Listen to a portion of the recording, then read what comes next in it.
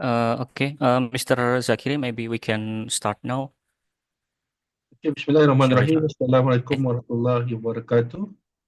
And Waalaikumsalam. good afternoon. Thank you everyone, all the participants on the short course on the future of governance in a declining democracy, key challenges and insights. Universiti Muhammadiyah Surakarta.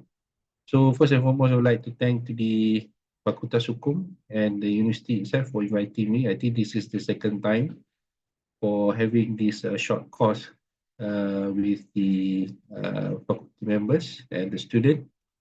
And today we will we discuss on something that really important with regards to the role of the private law in regulating financial transparency. So we have basically four objectives on this short course. First, we will study on the challenges and the rules of the private law in ensuring accountability, transparency, and ethical practices in financial system. The second objective is on the analyze the legal framework within private law that combat fraud and corruption to uphold economic stability and the public trust.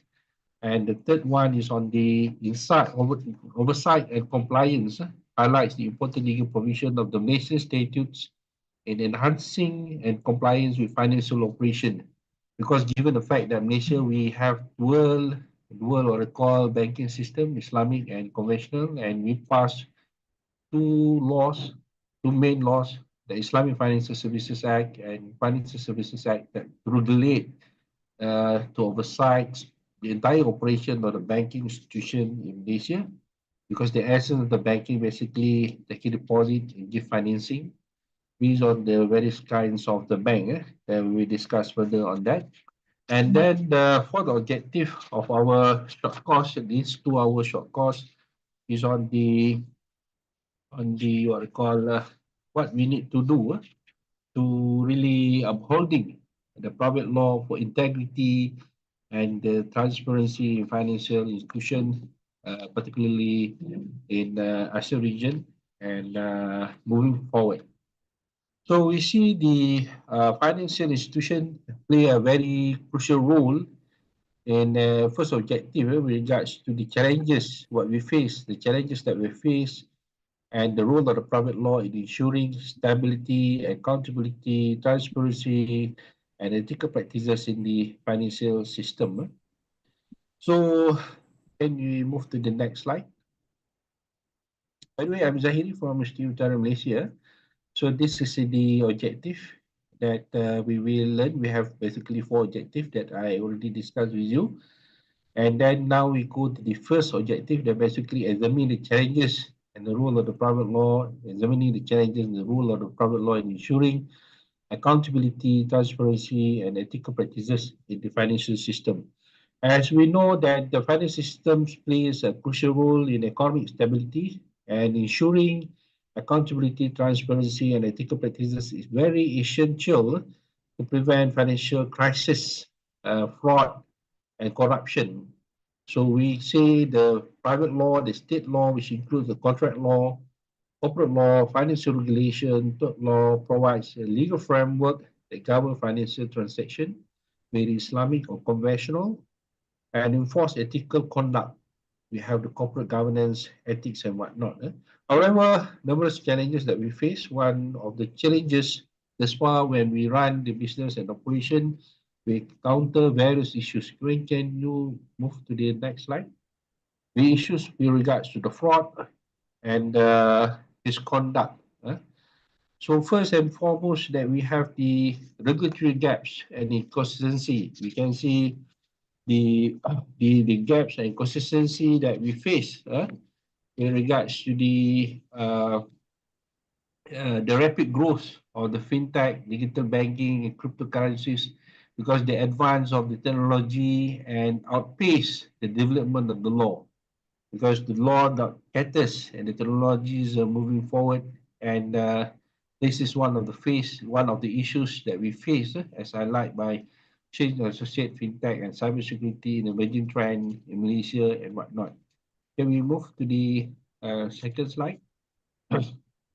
So another problem that we face basically at the present hand is that inconsistencies in the contract enforcement. Having the dual banking system sometimes create inconsistencies in the contract enforcement. For example, the issue of handling of murabaha, for example, in the where the bank need to disclose what is basically the principal amount and then what are the profit and how we actually implement the murabaha in the legal documentation.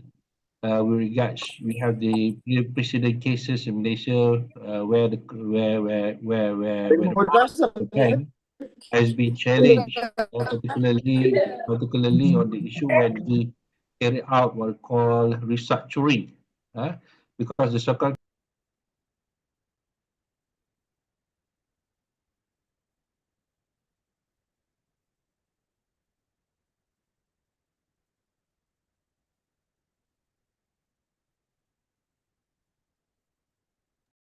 Dr. Zakiri, yeah.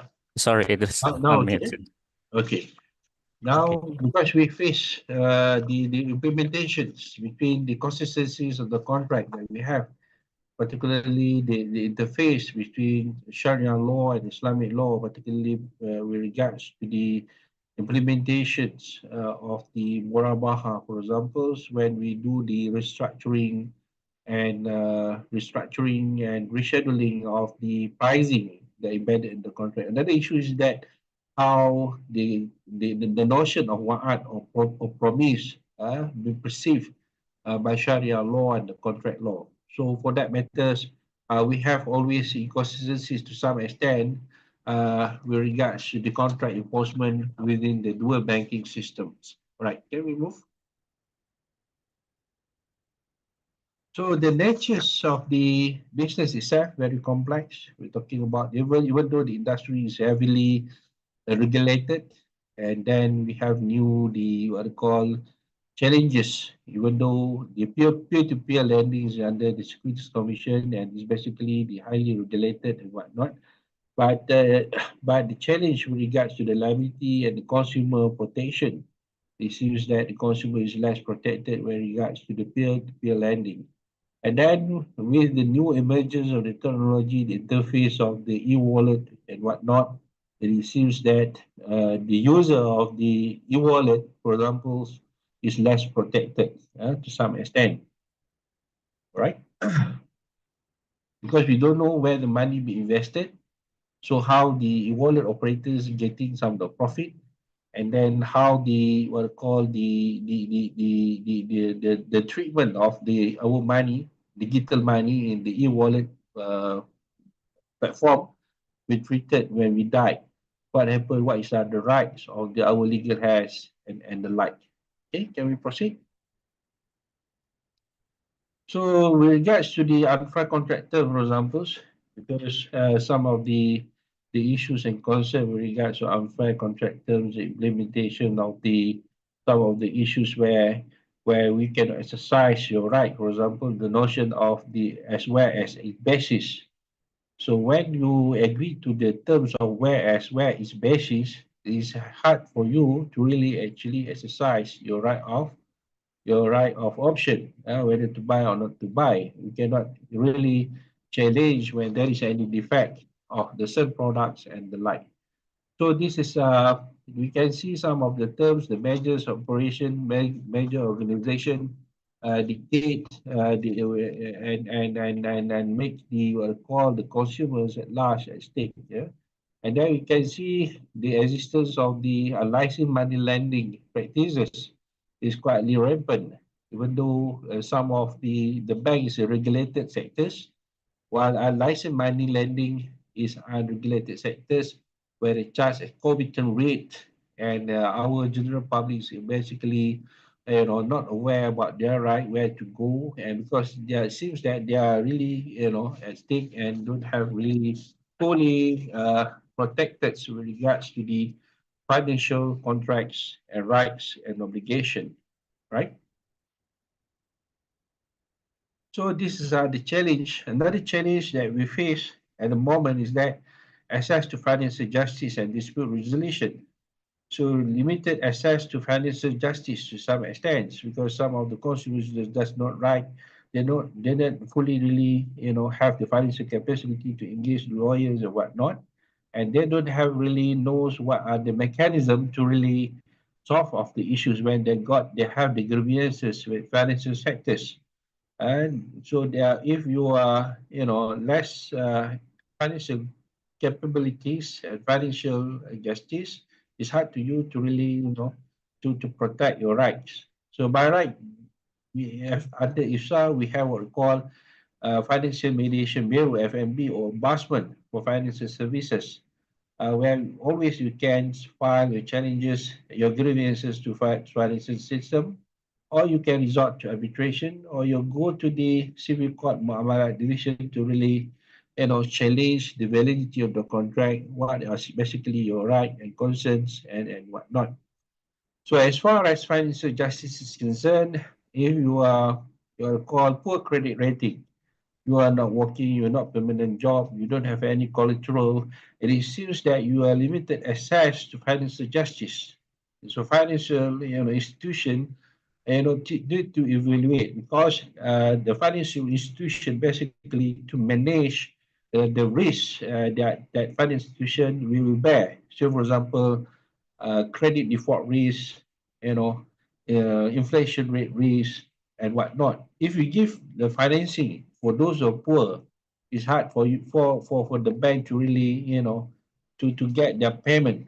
So they need to initiate what we call debt recovery proceeding and the like. And in the end, it resorts to the financial dispute, and we need to bring whether the plaintiff or the consumer sue the bank or the bank sue the customer in terms of the default payment and the like. All right. Then we so another problem is that is always balancing about the profitability and social justice because the bank operate under the different footing, different mechanism because we have been operating in the what we call companies framework where board directors basically duty is basically to maximize the shareholder values. When we're doing the business and whatnot, of course, we need to do some of the parts by way of the CSR, by way of the paying zakat, by way of the, giving some portion of our profit to the society back so that we can get some tax relief incentive for that matter. So it's always need to the balancing rights between the profitability and the justice and whatnot. But because of that, we face some of the because we can see the latest trend. Those days, a credit card been offered for those who have the financial capabilities to pay back, to make repayment. But what we can see now in the modern banking, so credit card financial facilities being given to anybody. So normally is six times than your financial capabilities to pay back. So once you are caught in the debt, it's hard for you to really to make payment. In the end of the day, you are caught in the higher debt, is and the bank charge your profits in Islamic banking, but the profit in the Islamic banking is don't have the compounding interest rate as compared to conventional banking practices. So fraudulent investment schemes are very widely happen in the social media is undermined the what we call the banking system. What I mean here is that you see the social media, so it gives you a very fake investment scheme that give you higher return for that matter. Is basically a scam, and most of the us really want to get the quick profit by entering. Because in the fixed deposits, normally the bank give you a fixed rate and whatnot. Is just minimum 2 or 3 4%, but this was conventional fixed deposit. But by Islamic banking, we have the fixed deposit by the name of commodity murabah fixed deposit, which is halal one, and we have another sectors which is unregulated that have been transacted investment schemes in the what called in the social media. So most of the products, offered a very good rate. It's basically violate. It's not only violates law of the country, but violate the notion of the Sharia by way of musharaka. But in the name of musharaka, for example, we cannot guarantee the principal and the profit. So if you want to attract your customers to go their very good investments and whatnot, you have the very specific features, promising, to the all the features investors, but it's basically a scam per se. So that is basically some of the scenarios, like fraud, financial misconduct, being taking place in our financial systems. So where is the role? What is the problem with our private law?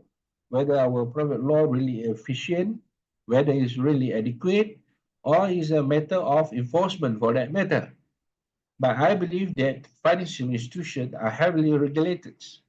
Based under purview by the central banking, we have very prudent management. We have a very, stable to ensure the financial stability of the countries.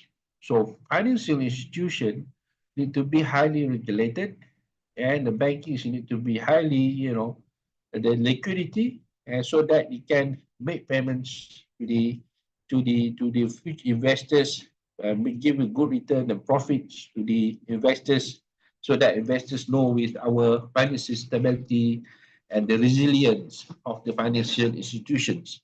So that's why there is a law. The importance of the private law to really is a key, to combat, we call the issues of fraud, financial misconduct, and whatnot. Otherwise, the investors do not believe when our financial institutions are really weak, and the investors don't want to invest in our countries. Right? Can we move? So, as far as the challenges that we face as to issues that I mentioned to you, the issue of fraud and financial misconduct, so lack of regulatory compliance. Even though we have the supervisions and what call the laws that been regulated in place, we have the guidelines, we have the parameters, and then we have the what call the issues at hand. But there is a some of the loophole that we face over the issues of emerging risks that we have, like cryptocurrency fraud, and the lack of enforcement with penalties may encourage unethical behavior, because the punishment is really low, that so that investors can pay, the criminals can pay whatever, summonses, and that they need to bear, and whatnot. So about the cryptocurrency fraud also happens. So the question is that what happens, you invest your money, the on the consumer perspective, where the issuer or DEX, the digital payment providers, is not licensed by the Securities Commission of Malaysia. So what happens if you lost million of dollars in your the investments in the cryptocurrencies? How to protect your right and whatnot. So, and then we have the issues of money laundering, I think, to financial terrorism, illicit fund that transfers risk to economic security, and then the offshore account for tax evasion and illicit wealth concealment. And then we have the issue of conflict of interest in the financial institution, where you privatize, you're just looking for the profit and whatnot.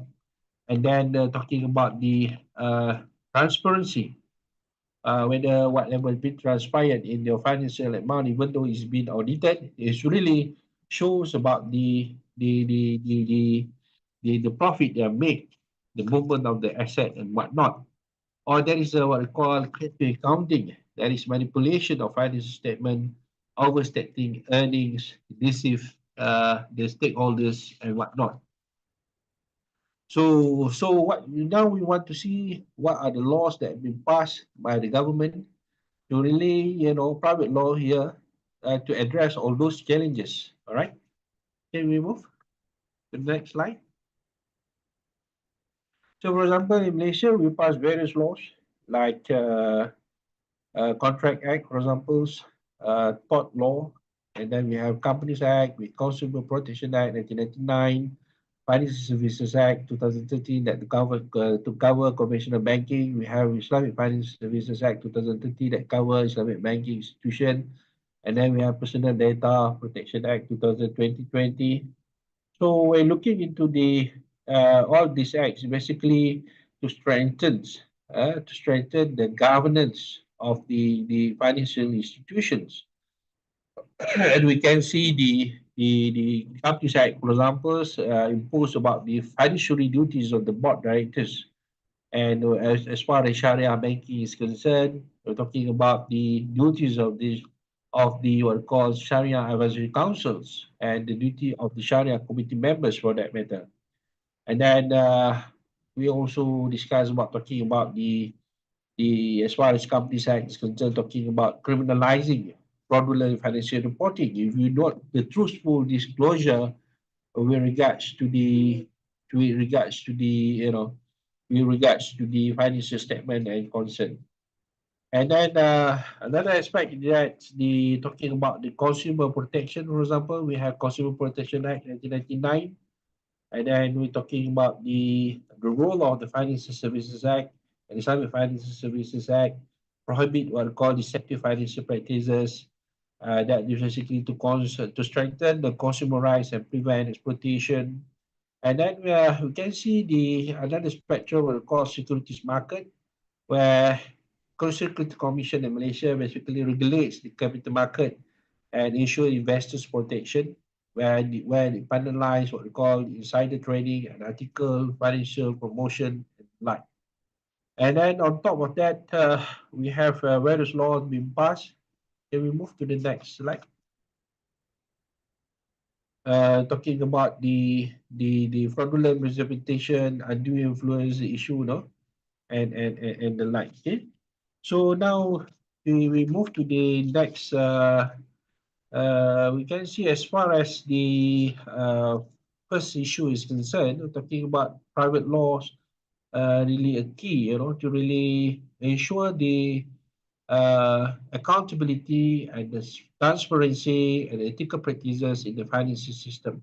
Uh, However, the enforcement and challenges regulatory gaps involved, and then the crime still there, and then that's why we need to have what we call continuous reform. At least revisit our law, whether the issue of enforcement, the issue of the governance, the issue of the enforcement itself, and then on top of that, we need to embrace, I believe, the technology.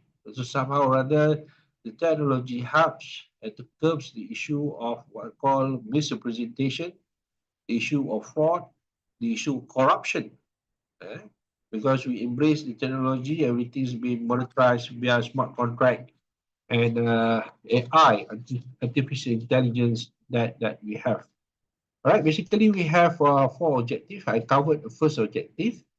So before we move to the second objective, there is any question from the participants?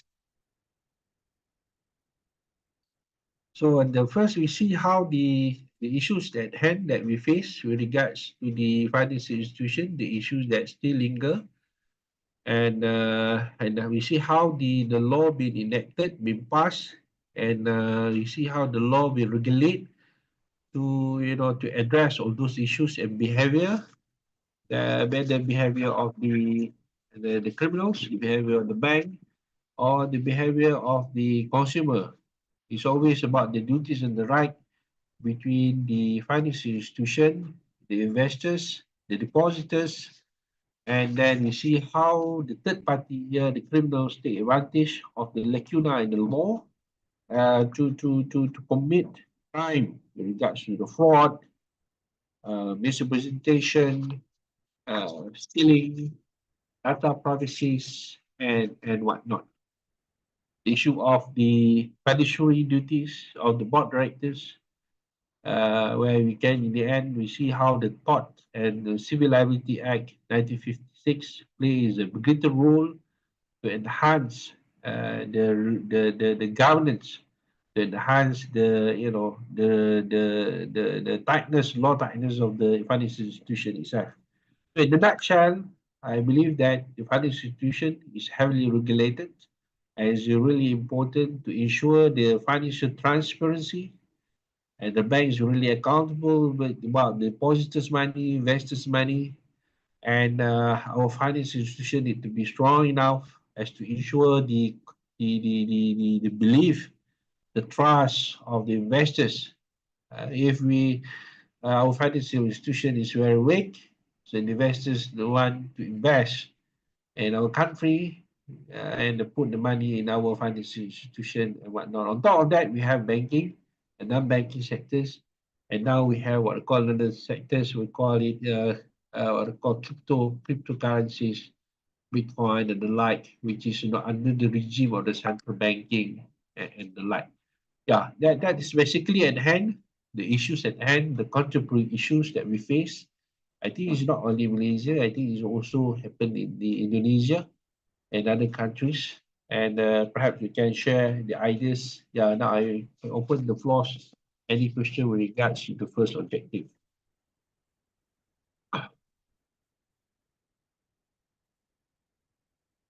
Any question, comments, suggestion?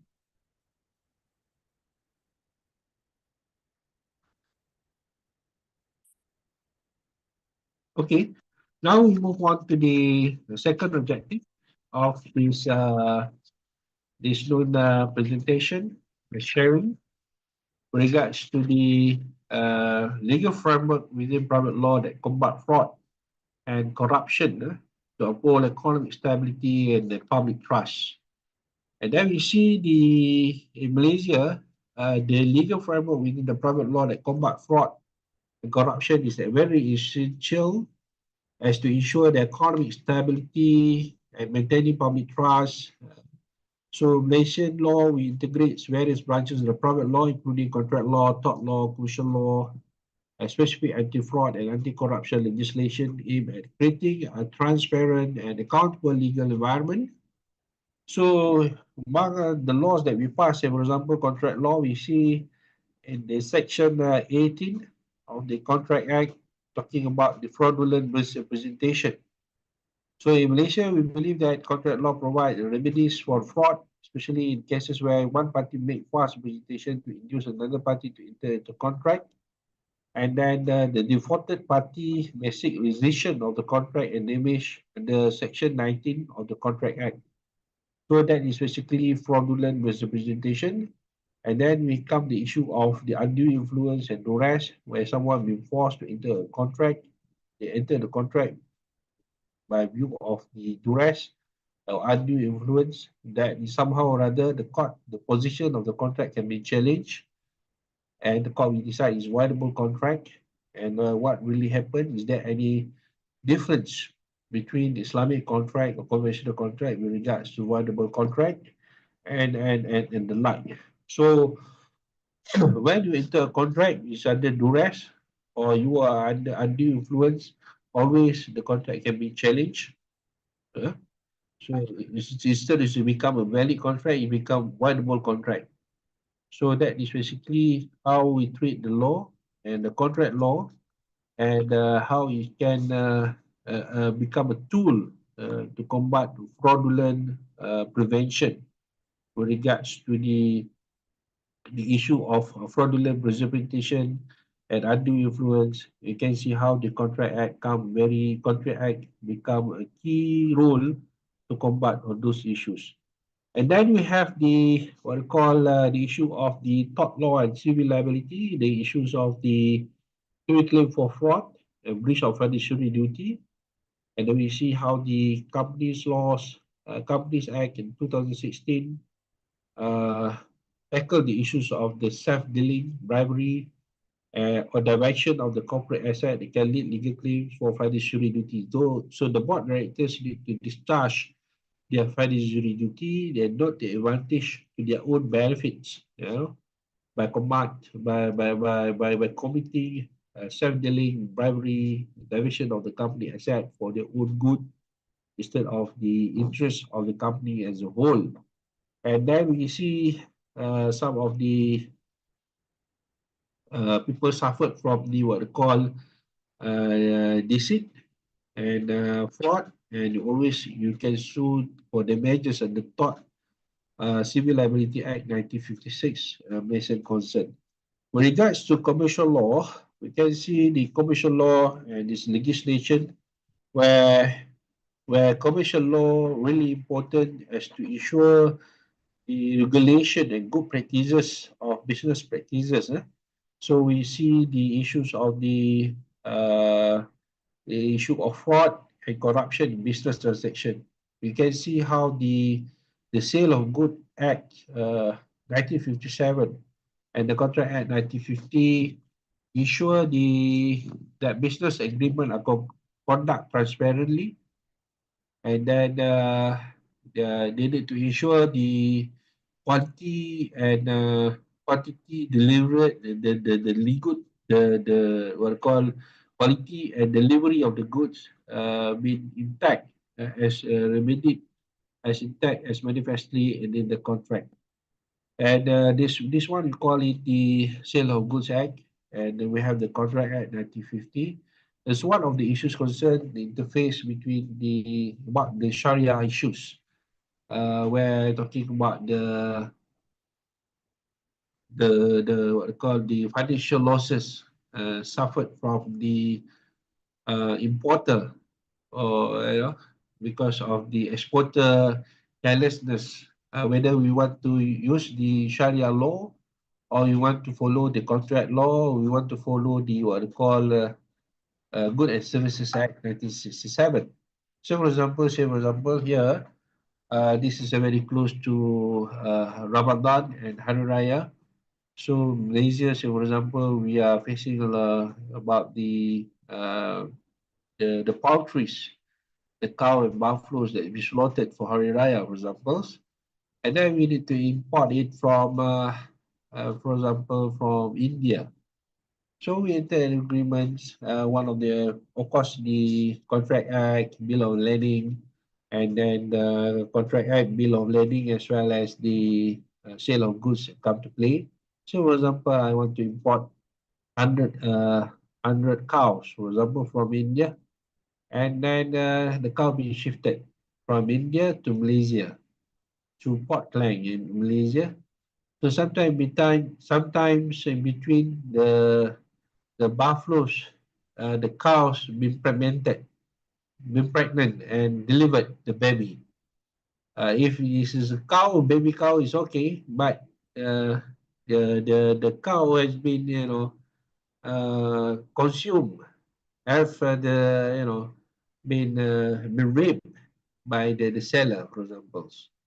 So because the time period for voyage from the cow from India to Malaysia take, for example, 4 months, and then the man of the ship having sex with the cows, and then and the cows pregnant, and then the cow is not considered the valuable asset anymore.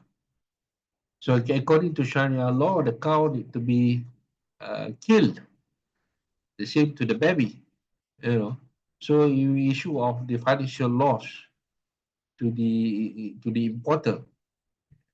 So so what happens whether the issue has been manifestly stated in the contract or manifestly stated in the Sale of Good Act, for example. So these are the issues that concern and how the laws will regulate the interface between Sharia, the interface between the contract itself, how we value the losses or future earning of the transaction itself. And then we're talking about the needs that we have the strong governance with regards to corporate entities, emphasizing on the transparency and that board directors are accountable for fraudulent misrepresentation of the company's financial status, and failure to comply with these duties can lead to disqualification and civil penalties, even though financial reporting has been audited, but whether the figures in the financial statement really reflects through the real business and operation of the banking financial institution itself. So on top of that, in Malaysia, we have what we call the law, we call it Anti-Corruption Commission, MAAC Act 2007, that have the law that can prosecute corruption, be in the private sector, be in the corporate sector, the people who receive, the people who influence, the people who abuse the power for criminal offences and take advantage for in regards to the corruption practices. And then when we what to call freeze the asset, how we treat the asset, we confiscated the asset. I believe that in Indonesia, all the confiscated asset from briberies and corruption being channeled to the charity. But in Malaysia, when we confiscated the asset is remain there, and we don't utilize the asset for the society goods.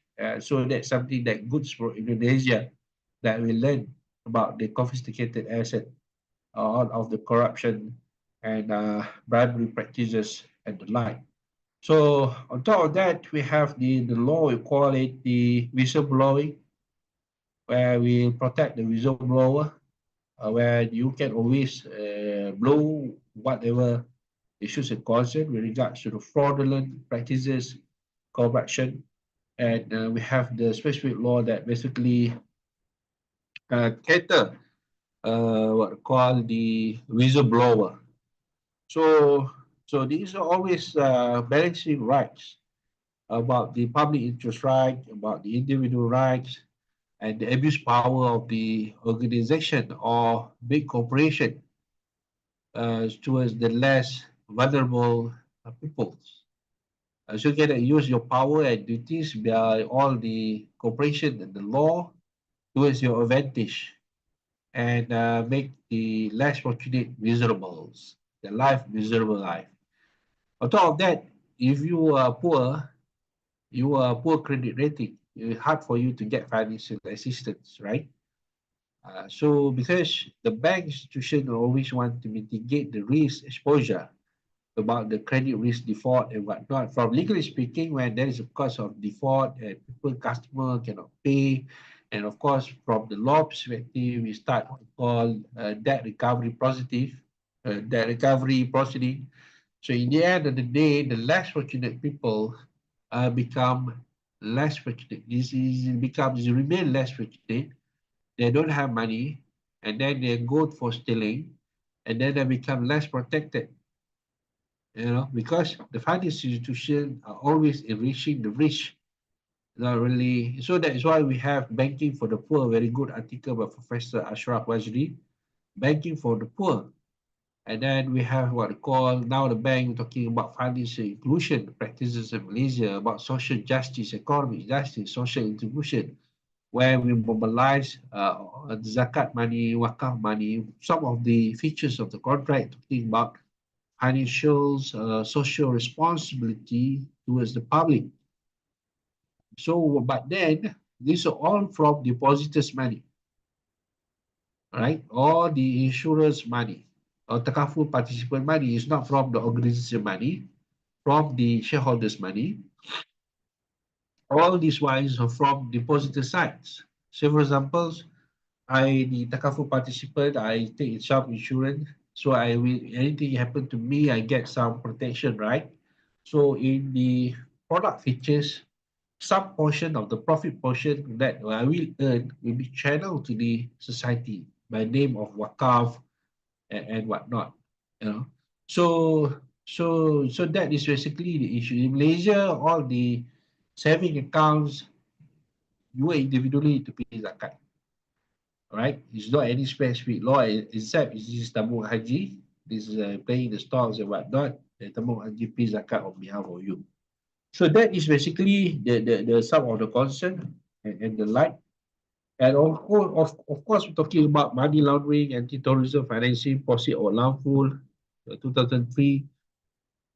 We have what we call the laws or the practices, the guidelines issued by supervision by the Central Bank of Malaysia. We're talking about know your customer. So when your customer is suddenly, you are poor like a teacher, just small amount of money salary, or suddenly you put your money, say for example, $100 ringgit Malaysia, 100,000. So where the money from? So this is suspicious belief. So we have what we call KYC. There is know your customer policies, where there is a duty of the individual bank to report to the bank negara. So we need to investigate where the money from. Huh? Now it's different because a lot of scammers coming in. They attract a lot of people for investors on online banking, as I mentioned to you, fraud investment schemes. So the bank will ask you, suddenly, say for example, Encik Ahmad Miftah here want to draw your money, you own money, say for example, 10,000 ringgit Malaysia. So the bankers will ask you, Encik Ahmad Miftah, you withdraw the money today, 10,000. What is the withdrawal for? They will ask you. You need to declare. Is it for your holidays? You want to travel to Malaysia? Or is it for Europe, for example, so Asian countries? Or is it Uh, for your house modification and the like? Yeah. yes, there are some issues in Indonesia. I think in Indonesia, the Islamic banks and some of the wakaf and zakat is managed by the government. So there are some issues in the transparency, accountability. Maybe it will be vulnerable to be corrupted by the government, and we cannot offer any check some kind of check and balances or the government on in Islamic banks. So this is, I think it is difficult to offer any conclusion or solutions. So in Malaysia, whatever money that we channel to the account institution from the banking sites, we can manifestly see financial statement. It's a very frank disclosure. All right. So we, Yes. we need to monitor where the money go, who are basically the recipient, and where the money goes, and what the zakat institution doing on it. Say for example, the bank pays zakats to the what we call the zakat collectors, and then the zakat collectors institution Baitul here give back the money by way of wakalah zakat. The bank need to dispose the money to the needs. But of course, they are got to fulfill. The bank need to fulfill when you use the wakal or zakat money and channel back to charity. You don't simply give to your friends because it's zakat money or favoritism to anybody that you like. They got the specific ruling and the Sharia. We call it hadul kafaya and whatnot. We need to really carefully choose the needy that conform to the Sharia requirement. So, say I agree with you, some of you, so that this is the duty of the Sharia department and the Sharia advisory body in that particular bank that's to ensure frank disclosure on the part of the bank. And then strongly suggest here to really manifest this stated in the financial statement so that the investors know, everybody know, it's become public notice and the like. Yeah. Okay. Now we're talking about the consumer protection. Say, for example, here we have what they call the investment scheme like cryptocurrency. In Malaysia, we only have, in Malaysia, cryptocurrency, we don't call it as a currency. We call it as digital asset or digital token. Why we don't treat it as a currency? Because it does not fulfill the Sharia requirements that store of value. So under Sharia, they got specific characteristic in order to determine whether the money is a money or is an asset. All right, they got very different rulings to determine the money, the good, and the subject, the assets. All right. So because of that, this is not under the purview of the Central Banking of Malaysia. This is under the purview of Securities Commission, where we treat this an asset, digital token. And at the moment, Security Commission only issue license, what call DAX provider, like Luno, Binance. This is regulated by Securities Commission. But the general public, if you play the Bitcoin and whatnot, and then it's not registered by Securities Commission, and then you suffer certain losses because it's highly, exposed to the risk, volatility of the investment itself, and the people are very lost. And then if you're not licensed by Securities Commission, and then you make a big loss, you are less protected. You're not being protected by Securities Commission. So we as a general consumer, we didn't really know what how the data mining process, how the price or the volatility of the cryptocurrency or Bitcoin that you play, and where the money where the money goes, where they go, where how you generate the profit. Is it halal manner? Is there any issue of fraudulent, or there is any manipulation of data, or in the data mining and whatnot? In the end, you are the losing part. So for that matter, the Securities Commission passed the Sharia guidelines on cryptocurrency, digital token, and the like. Okay. So so that is basically talking about the with regards to the dispute resolution mechanism. Is always interplay between the Sharia fraternity and arbitration center. So if you got any grievances with the bank financial institution, we are general public, we can always resort to embarrassment enshrined by the the Financial Services Act, Islamic Financial Services Act, as I mentioned to you before.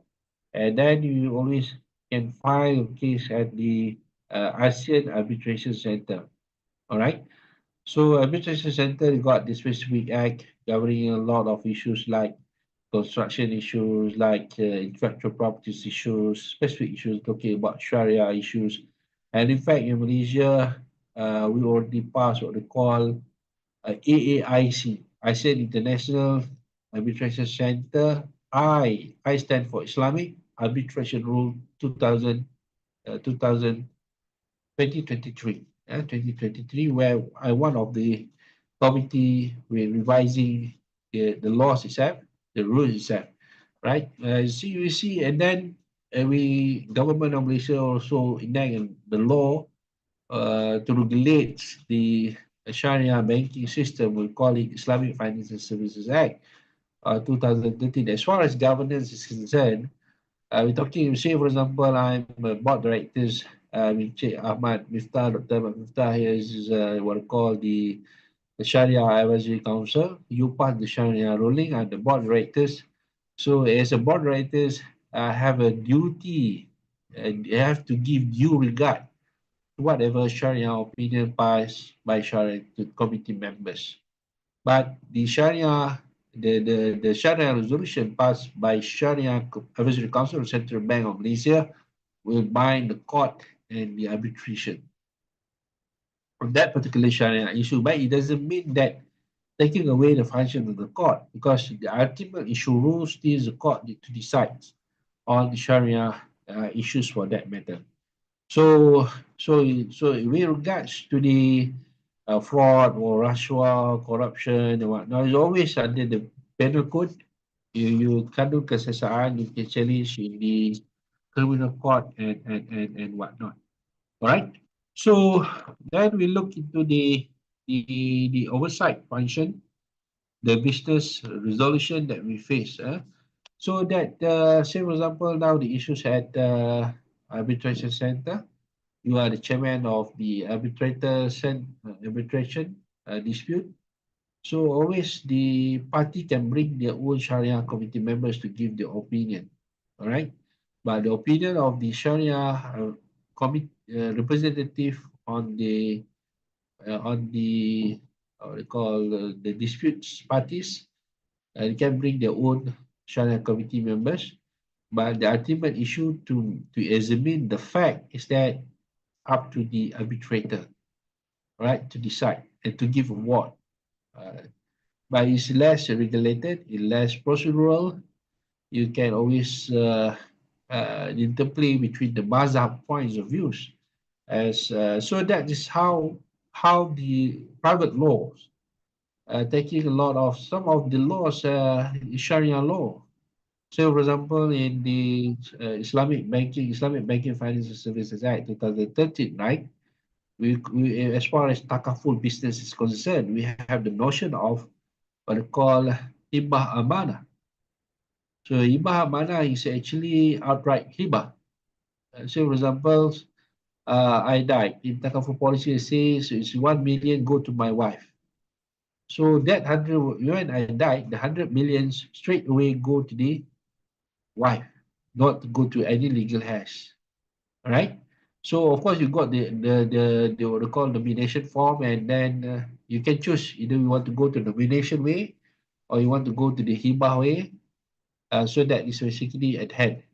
So why the Sharia now is become the law, be enacted law. So is ruling passed by the government. Okay. So you see how the Sharia values, Sharia decision has become the law of the land, and it regulates and become a private law that regulates the industries. Why hibah madah has been allowed in takaful businesses in Malaysia? Because one of the reasons is that to ensure the stability of the takaful industry businesses, right? And then why is nominee form? Because we want to resort to some of the issues talking about hassles.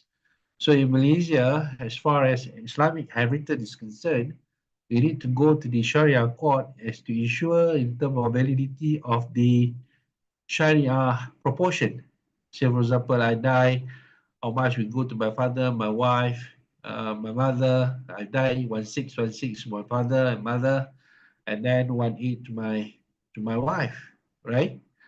And if I got the sons and daughters, it's two portion, two plus one to my daughter, to my son, and one portion to my daughter for that matter.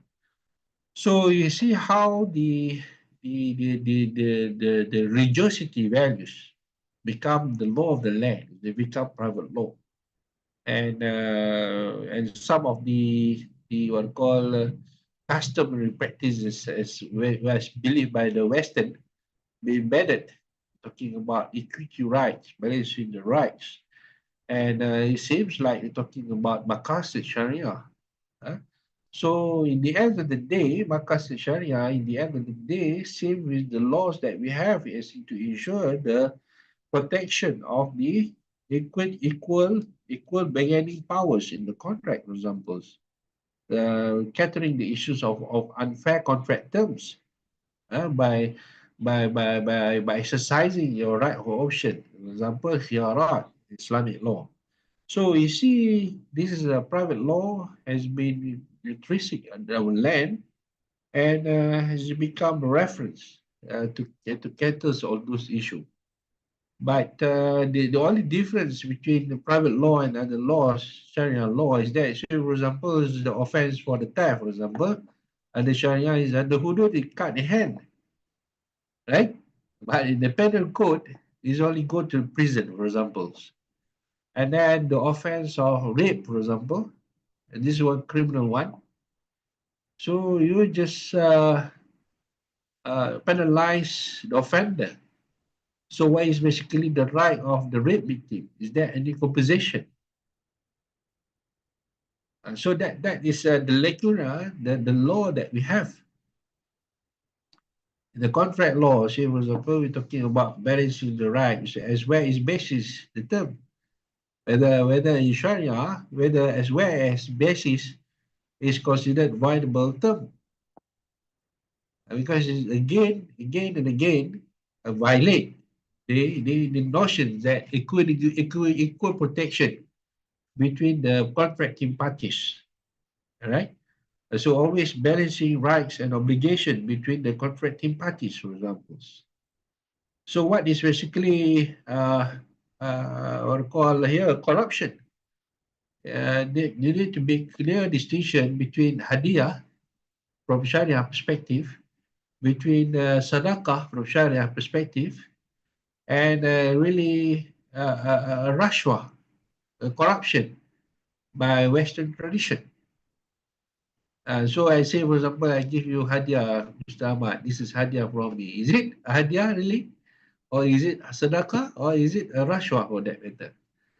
So that is the issue that perhaps we need to really intrinsic as up to the court to really interpret and give life to the private laws as to ensure the, uh, the ultimate aim, the intention of the legislator been achieved for what that matters. Like some of the so that we can gain the economic stabilities. So you see, for example, talking about economy stability, because to uphold economic stability, we always learn about the theory of demand and supply, right? So what happens? We're talking about when there is a lot, the supply is more, and then the demand is low. What happens to the price? The price go down, and vice versa for that matter, right? But you see in the property markets, the demand is very high. And say, for example, in Kuala Lumpur, big city in Malaysia, Penang, Kuala Lumpur, Johor Bahru, which is close to Indonesia, all right? So the demand for real estates is really high. People need house. The supply also high, but the price is beyond control. So the issue is here is how to really curb the increasing price of the houses in the real estates. Is there any specific laws? But from Sharia perspective, he says, and the Prophet Sallallahu Alaihi Wasallam go to the market in Medina when he see the trading of the tamar being abused, where we spoil the market. So here we need the intervention of the laws so that some of the parties cannot manipulate the pricing of the real estates. So as to ensure the economic justice, economic stability, so that the house is a need, is in line with SDG and Marcus Sharia about the protection of the life. And it is also about economic stability and social justice to the people. And you see, it seems that our private law is less effective really to really combat, tackle the issues of hierarchy of housing estates. I think this become the global phenomena about the skyrocketing of the real estate sectors, be it Malaysia, in ASEAN, or even in Europe, or in Hong Kong, in other jurisdictions. It's become a global issues. But what is the answer? The answer is already embedded in Sharia law, the notion of siyasah Sharia. Siyasatul imam manutu min maslahah. Right? There is indeed intervention from the Sunnah of Rasulullah sallallahu alaihi wasallam, where the Prophet go to the market and intervene when we see the manipulation of the price. So in Malaysia, currently we're talking about the supply of rice. Like in Kedah, for example, I'm living in Kedah. We are the largest producer of paddy field. We have plenty bank. We are the main supplier of the rice in Malaysia. So where the rice go? We are heavily relying on the import, the rice from Thailand. I'm not sure from Indonesia or not. But the question here is where the rice goes. And the price of the rice, which is really pertinent, is become food security for our civilians and livelihood loggers and whatnot is being less protected. So where is the rules of the private law for that matter to get us?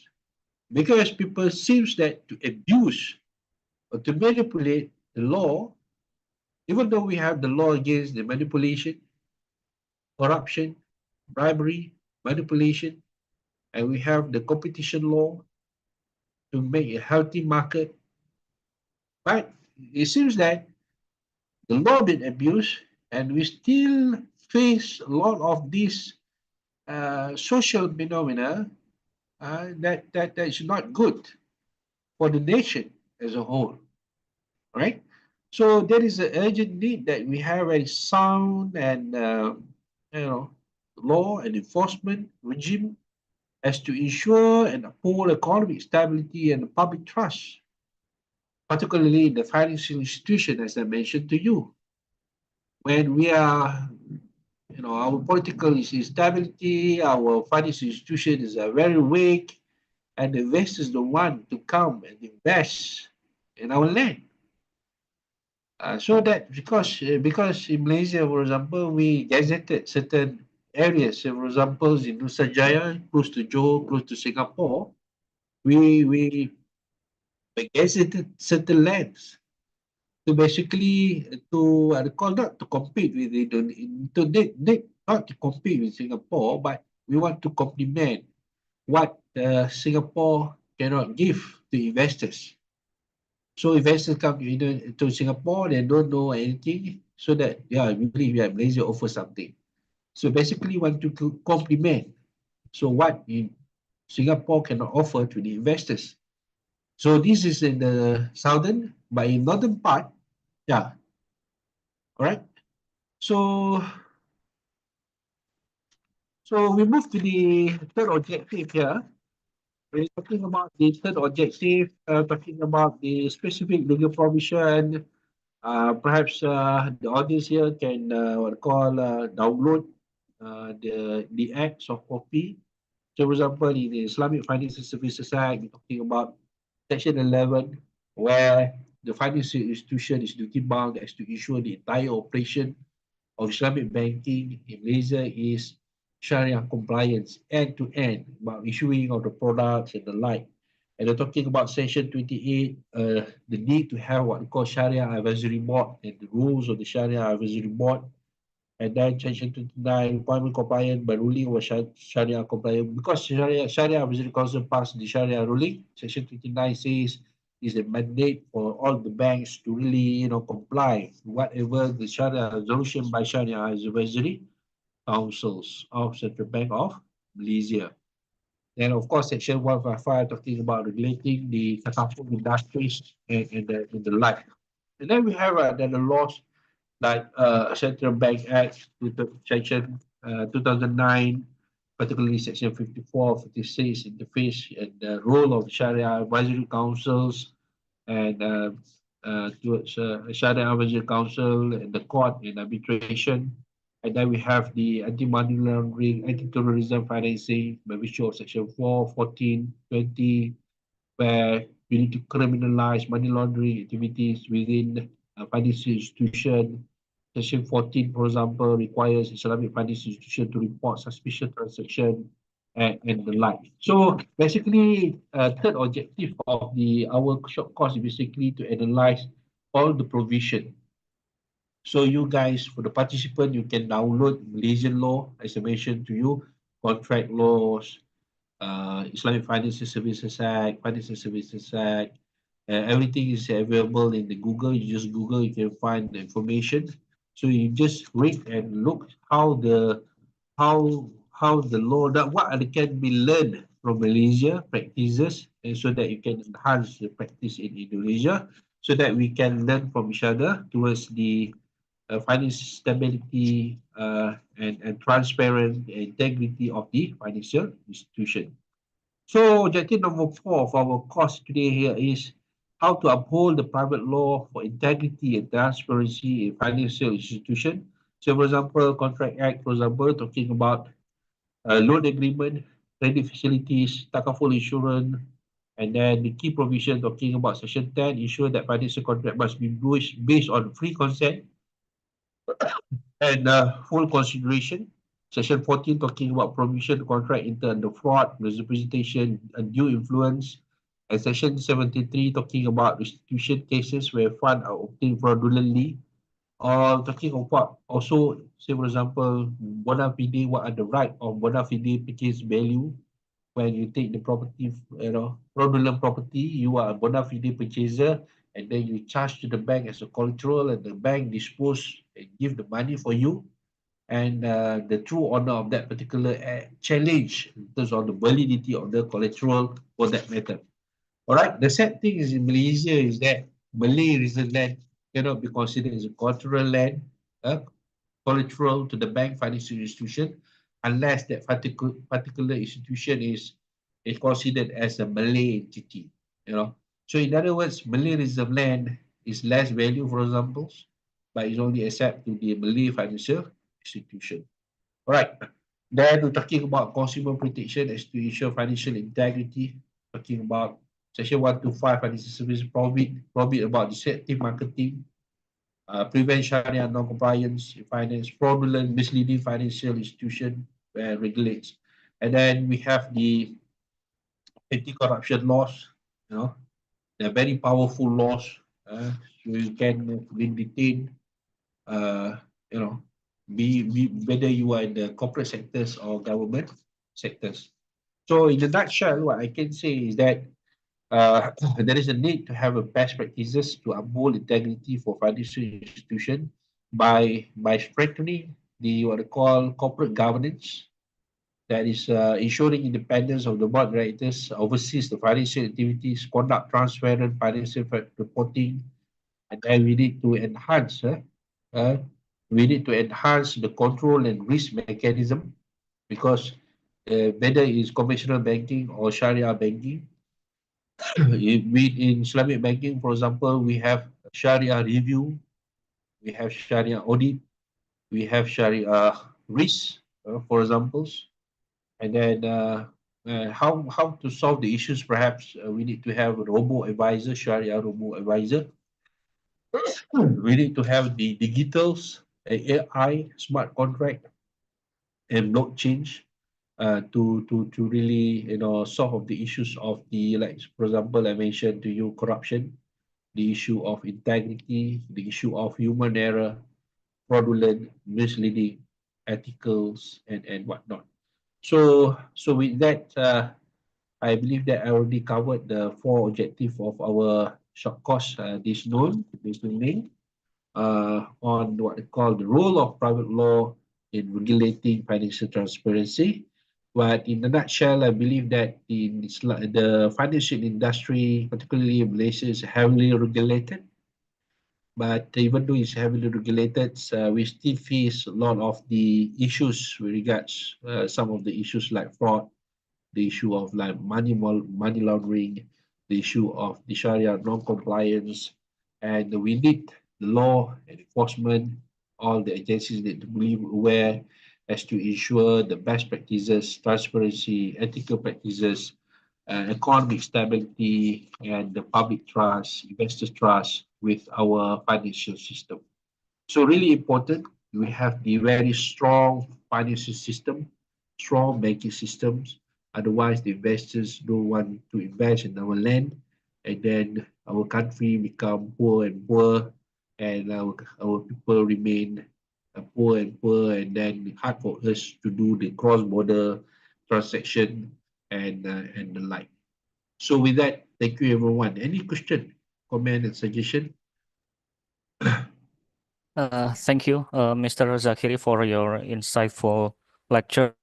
To all participants, you are all free to ask our speaker, Dr. Zakiri, by writing in the chat room, or you may ask directly.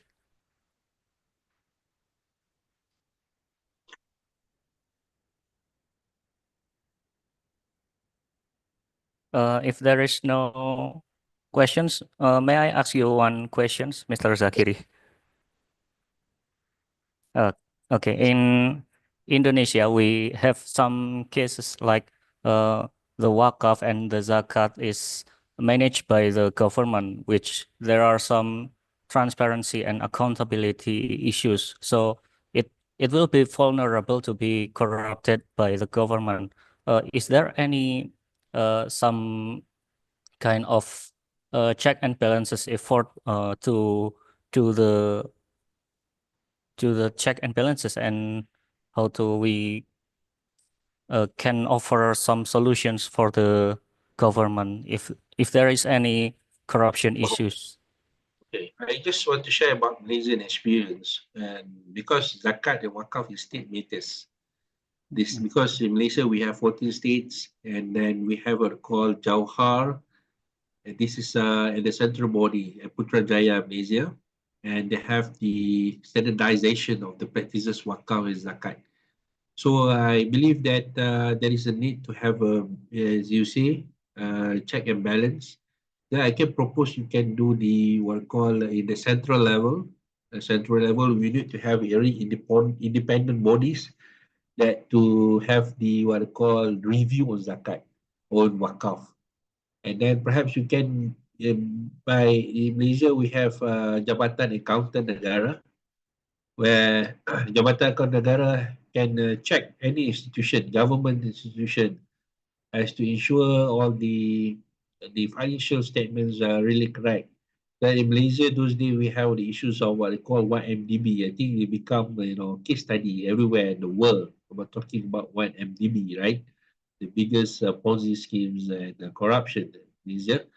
And over these things have been discovered by the what they call Jabatan Accountant Negara. And I think they can, Jabatan Accountant Negara can expand their rules to the Islamic financial institution to check and balance, you know, so that we need to embed what they call reviews on the practices of the wakaf and zakat. We can do the check Sharia audit on the zakat and wakaf. So the question is that whether you have the enough manpowers, people who really know accountancy, really knows law, really knows Sharia, and this is very close discipline. So only if you have the accountants, they don't know law, how do you want to check about the legal perspective? Uh, if you read law, you only know law, but then you cannot read the financial statement. It's hard to you to do the audit for you. So you need to have people who are really smart, talking about law, accountancy, as they become plus point if you know about the Sharia. So you do see actually what is actually whether is dirty money, been purified through Baitul Mal or Wakaf institution. So we need to know the sources of money coming from. So whether it's from confiscated assets by the government, or is it from unclean money from Sharia transaction and whatnot? So we need to know the source, and then so that we as the custodian of wakaf and Sharia zakat need to really ensure that the money goes to the really need, because they got different ruling from Sharia perspective about zakat will go to the asnaf, and then wakaf, we need to know the nature of the wakaf, whether temporary or permanent, or is it go for specific, or is it general.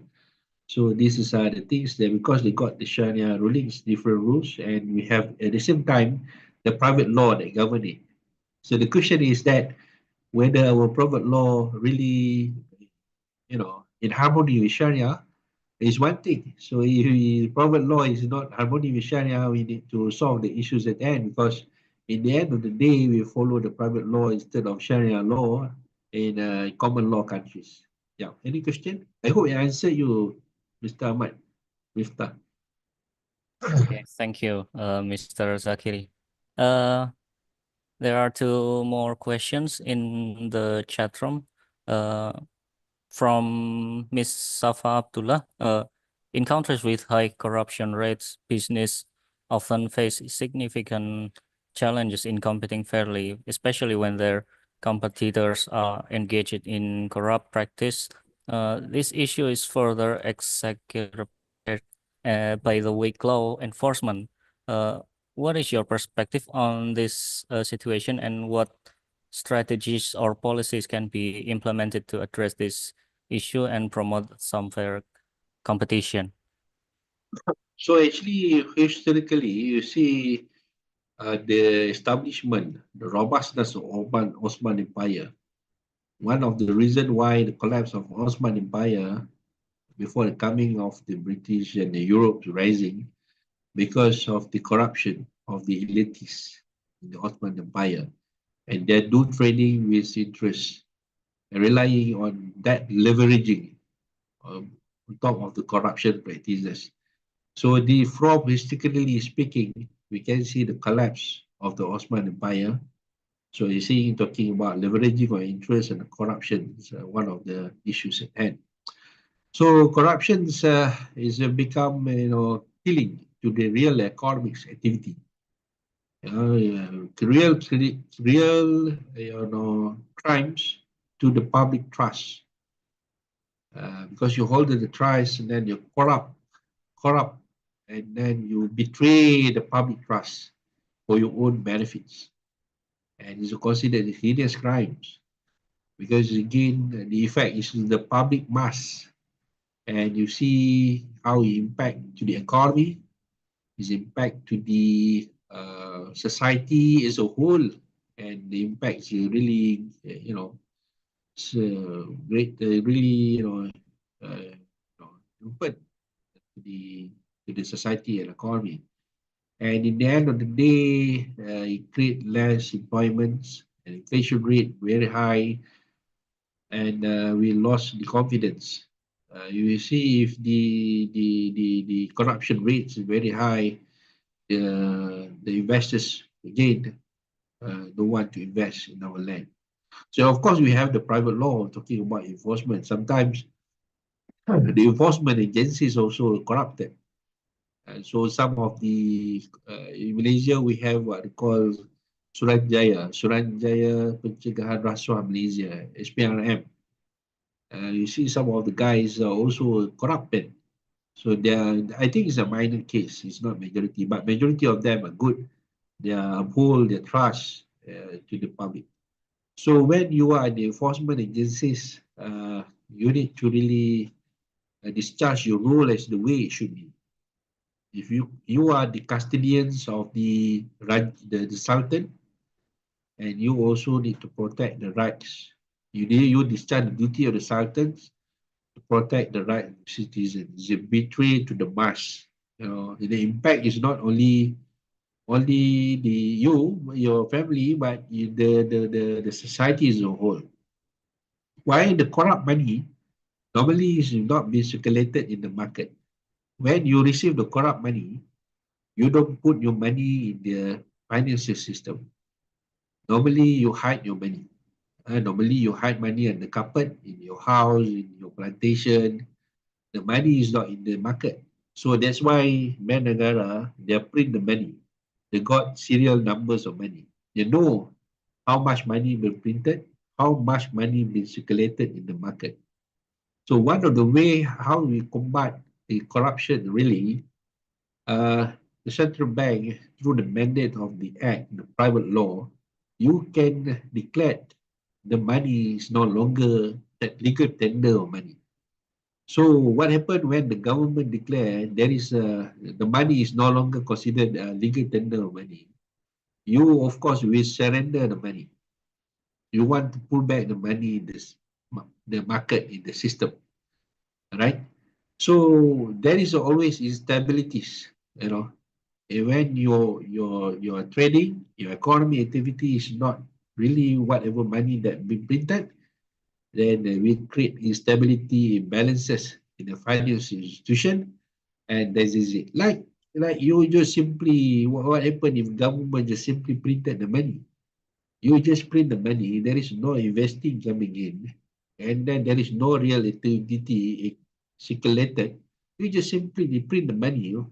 If government don't have money, you just print the money, give to the society, pay the salary and wages. But in the end of the day, the value will drop and depreciate. So there is a need of private law to really, to govern all this.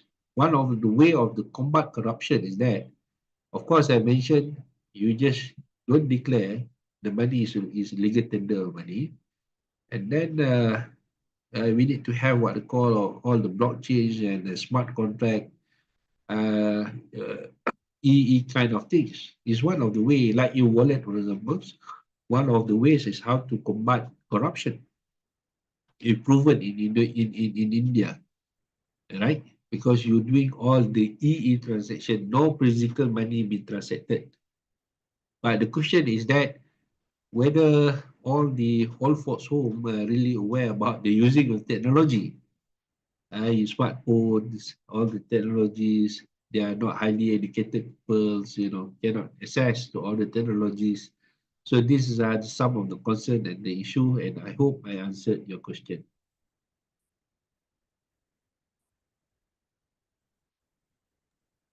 Okay. Any other Thank question? you. One more questions from Miss Giza. Uh, so Indonesia has recently enacted a new law, state-owned enterprise, which that there are stipulates that the minister or the board of directors are not liable for the losses of the SOEs, and as long as they have implemented the business judgment rule. Uh, in your point of view, what are the potential risks and the benefits associated with this policy? So we need to know about the fiduciary duty and business judgment rule. Business judgment rule already been discussed whether the board directors will really, discharge their duty as the way it should be. Of course, when you want to do the some investment, so of course you as far as corporate governance and practices, of course you invest talking about millions of dollars of money in the scheme, and then of course you need to exercise your what call due diligence, right? Due diligence. So everything is as a board directors, of course, you are rely whatever been tendered before you in the board directors meeting. So in the board directors meeting, we will discuss. There are various bodies, people who having different background. There are investors, background in business, background investment, background in law and accountancy, and then of course, they will study about the success and the failures in the life. So of course, the business judgment rule is not a new what I call a new term in the corporate entities. And of course, it's a good defense for the board directors, claiming that they already discharged their fiduciary duties, exercise their duty, due care, and diligence to the best interests of the company. And the business judgment rule is a good defense to the board directors and the management. But in terms of corruption, I think you need to check. The auditors need to check. The shareholders need to check whether you make a decision for the benefits. Say, for example, you buying the asset. For example, some assets are overpricing beyond the market value. So we need to investigate why the board directors approve it in the board director resolution for approval of that such kind of investment. But the problem is that in terms of you need to strengthen the appointments of the board directors, who really have the powers to appoint the board directors, of course, the shareholders and the line in the meeting. But is there any political interference? Because you are friends.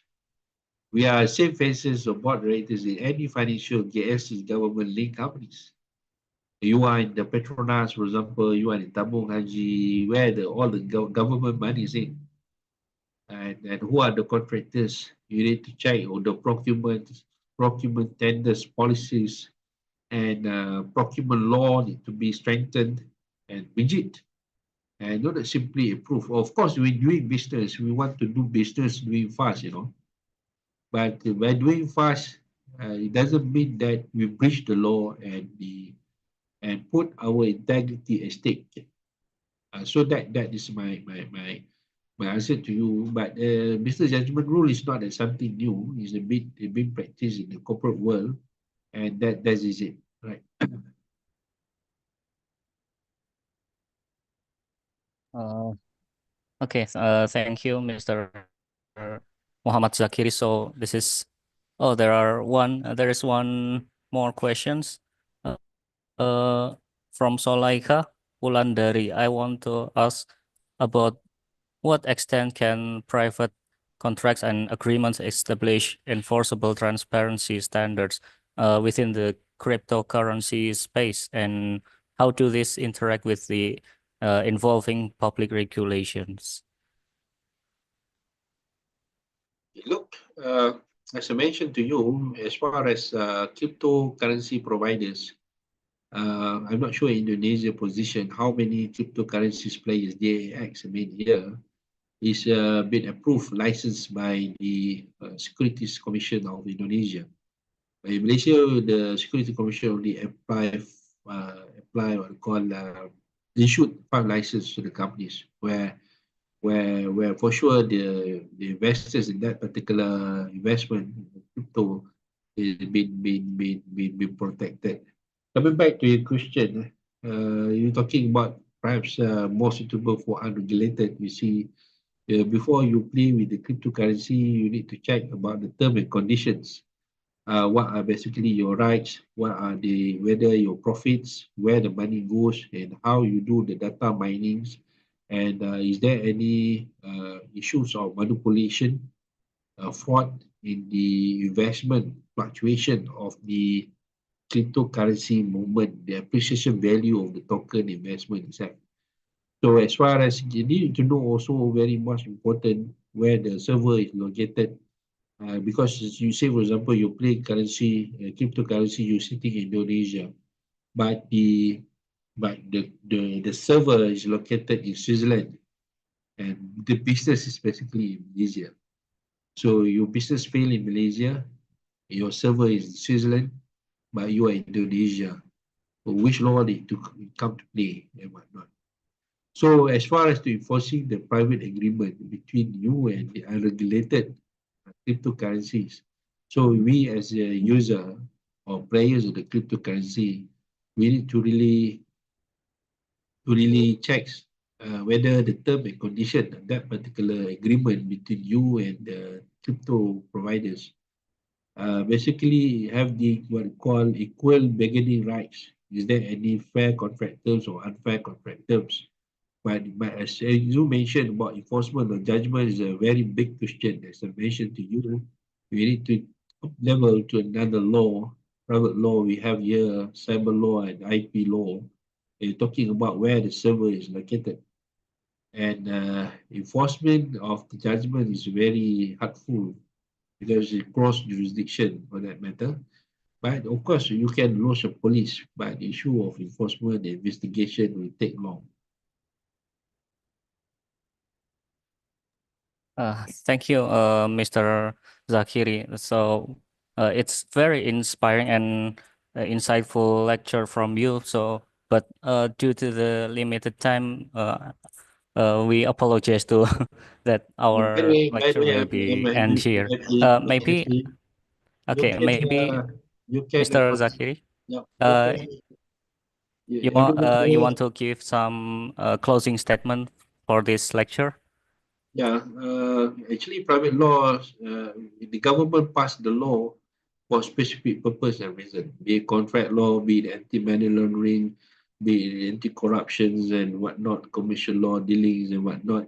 And of course, the law be debated to cater to cover the phenomena.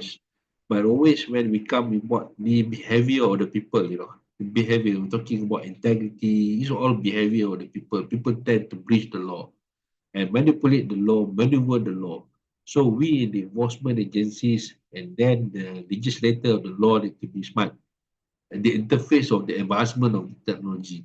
You see how fast the investment, the technology go very fast, and our law is very slow to cater all the needs.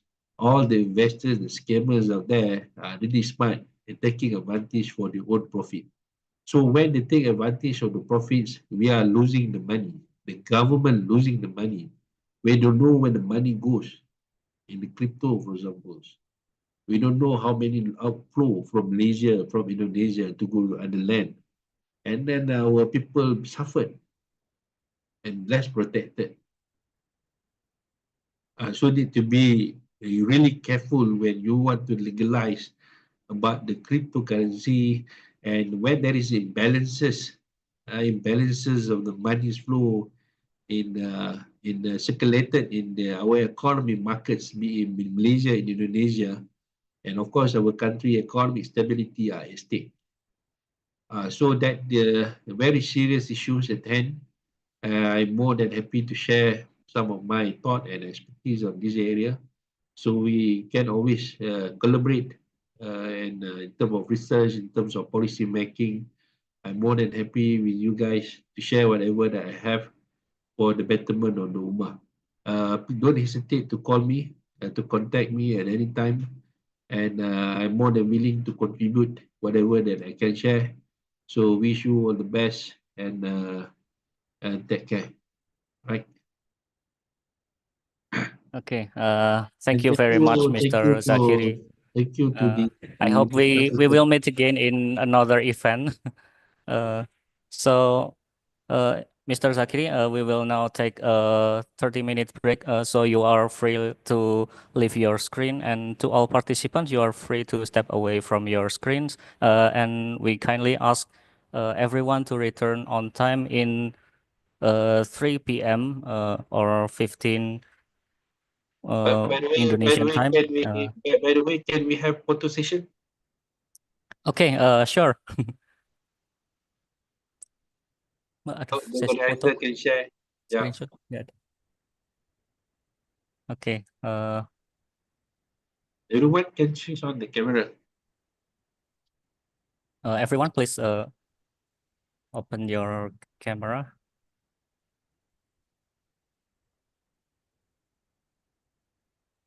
So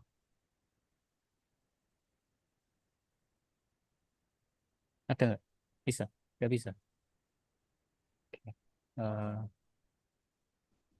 Mbak Diva aja. Oh ya.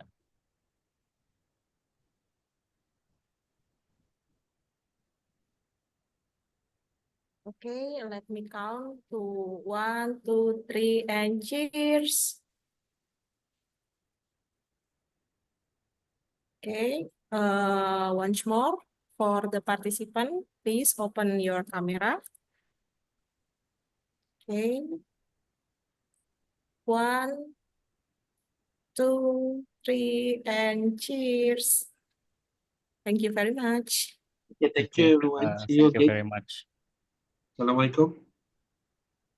Waalaikumsalam warahmatullahi wabarakatuh. Thank you, Mr. Zakiri. See you. Assalamualaikum. In touch. Waalaikumsalam warahmatullahi wabarakatuh.